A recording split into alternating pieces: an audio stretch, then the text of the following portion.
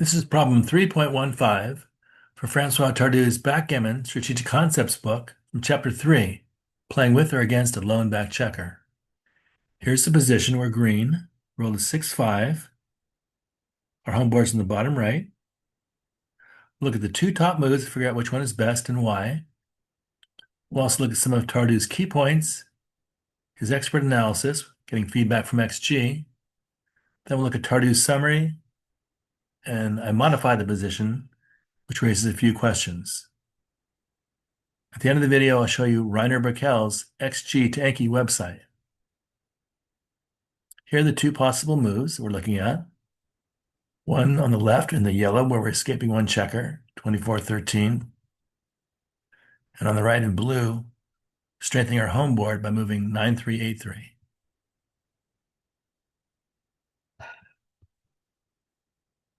Study and compare both moves and their final positions, noting features such as the pip count.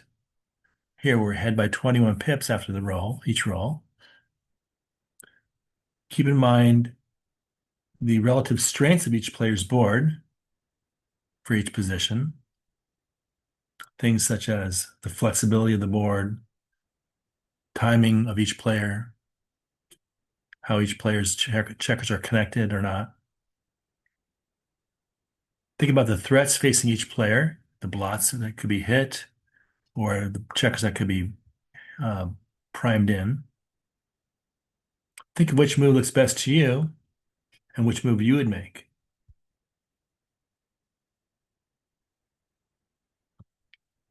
Let's look at some of Tardieu's key points. Tardieu says we should keep in mind that a prime versus prime game favors the player who is behind in the race. They have better timing. We should look for duplicate rolls that duplicate good numbers. Our 7-point is a key point for us to make in the future after either of the rolls.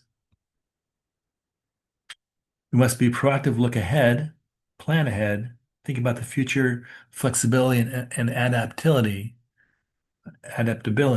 of our board after each move. The 9-3-8-3 move, Tardieu says if we make our 3-point, we'll have built a 5' and have a much stronger inner board than white's. We'll have 5 points made in our home board. White has 3. However, we must be more proactive and look ahead at what's coming next. Since we're ahead in the race, our timing is worse than white's.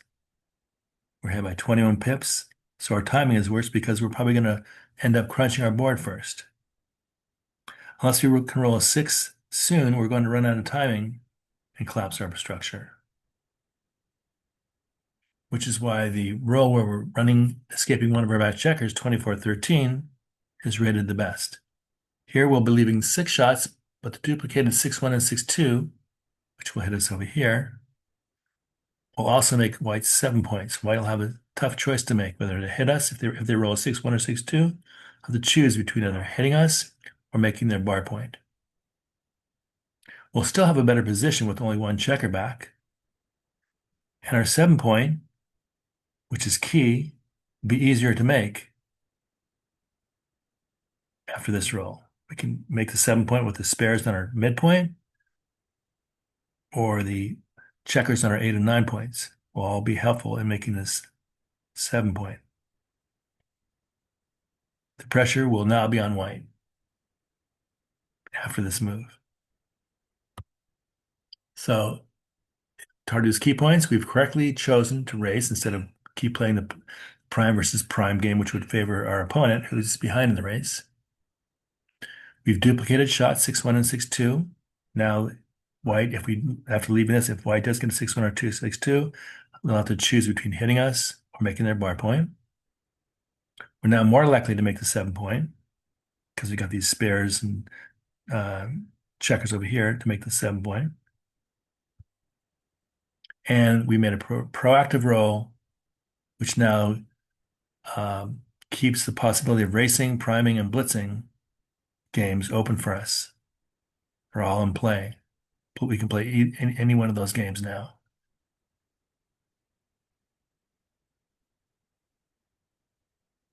Tardieu summary, suppleness, which is adaptability, and flexibility are often better than brute force. In a prime versus prime game, which is what we got now, you'll have the edge if you have only one checker back to your opponent's two, and your inner board is stronger.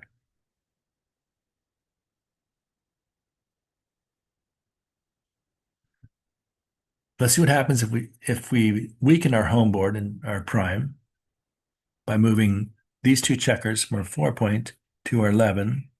But now they're gone here and now they're over here. And in order to keep the relative pip difference the same, here we're ahead by 10, here we're ahead by 11 after the changes. I'm moving this checker from the 16 point to the 24 point, or 16 to 1. And let's see what Tardieu says now, or XG. Let's see what XG says. When we modify the position to weaken our prime and inner board, XG now tells us to stay back on the 24 point and focus on strengthening our prime and inner board by making the 3 point. I believe this reinforces the idea that our strong prime and inner board were crucial factors allowing us to run in the original position. I think I'm interpreting this correctly, but I might be missing something.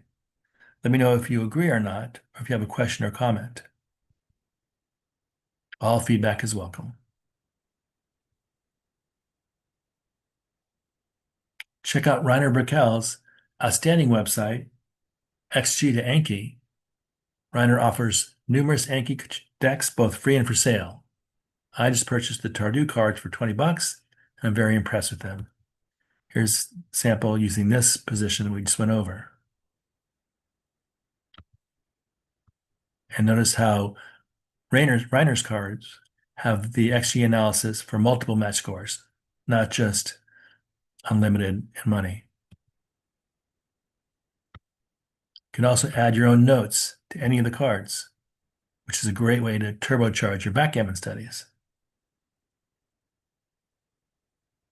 So check out his cards and the cards he's collaborated with many of the top backgammon players and authors.